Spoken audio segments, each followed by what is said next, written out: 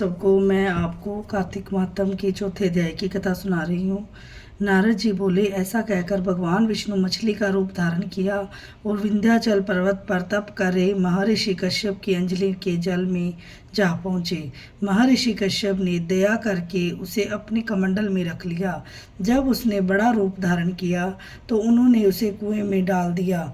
उस कुएं में भी ना समा सकी तो उन्होंने उसे तालाब में फेंक दिया, और जब वह तालाब में भी न आ सकी तो उन्होंने उसे समुंदर में डाल दिया। वह वहाँ पर भी बढ़ने लगी। फिर उस मत्स्य रूपी नारायण ने उस शंखासुर को मार डाला। पश्चात शंख को हाथ में लेकर बद्री वन में आ पहुँचे। बद्री नारायण में आकर उन्होंने जब ऋषि व महर्षियों को बुलाकर आज्ञा दी कि पानी में इधर उधर फैले हुए वेदों को ढूंढो और उन्हें शीघ्र मिलाकर मेरे पास तक लेके आओ, मैं देवताओं के साथ श्री प्रयागराज में ठहरा हूँ। इसके बाद सब महर्षियों ने इन सब बीजों सब वेद मंत्रों को ढूंढ निकाला। उन वेदों में जो जो भाग जिस जिस ऋषि को मिला वह उसी का हो गया। उस भाग के उसी दिन से वही ऋषि कहलाए। सब वेदों को लेकर ऋषि महर्षि प्रयागराज में आए और उन्होंने वे सब विष्णु भगवान व ब्रह्मा जी को समर्पित कर दिए। ब्रह्मा जी वेदों को पाकर बड़े प्रसन्न हुए। उन्होंने देवताओं और ऋषियों के साथ अश्वमेध यज्ञ किया। यज्ञ के अंत में देवता गंधर्व यक्ष नाद विष्णु को दंडवत करके प्रार्थना करने लगे। देवताओं ने कहा, हे देव, हे जगन्नाथ, हे प्रभु, हमारी प्रार्थना सुनिए। हम लोगों के हर्ष का समय है, इसलिए आप हमें वरदान दीजिए। नष्ट हुए वेद पुनः ब्रह्मा जी को प्राप्त हो गए हैं। हे लक्ष्मीपति, आपकी अनुकंपा से हम देवताओं को यज्ञ का भाग भी मिला है। यह स्थान आपके प्रसाद से आज पृथ्वी पर में सर्व प्रधान पुण्य को बढ़ाने वाला है, मुक्ति तथा भक्ति को प्रदान करने वाला हो, ब्रह्म हत्या आदि पापों को नाश करने वाला, परम पवित्र और अक्षय फल देने वाला हो।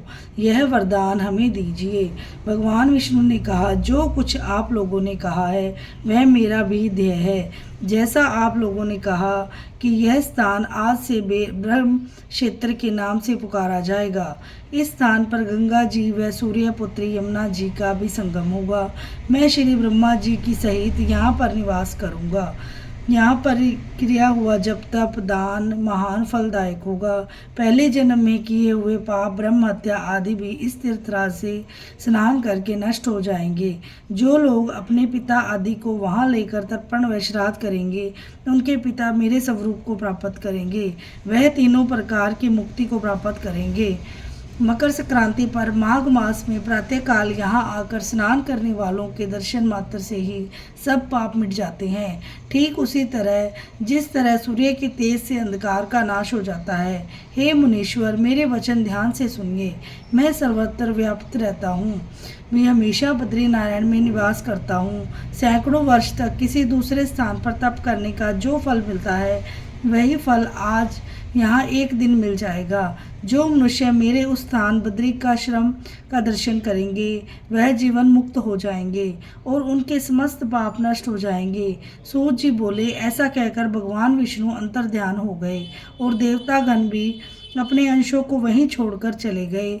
जो मनुष्य कथा को श्रद्धापूर्वक सुनते हैं श्री प्रयागराज व बद्रिकाश्रम जाने व स्नान करने के समान फल प्राप्त करते हैं। बोलो श्री विष्णु भगवान की जय हो। आपको मेरी कथा कैसी लगी आप कमेंट बॉक्स में ज़रूर बताना और चैनल को लाइक शेयर और सब्सक्राइब ज़रूर करें। जय श्री श्याम, राधे राधे।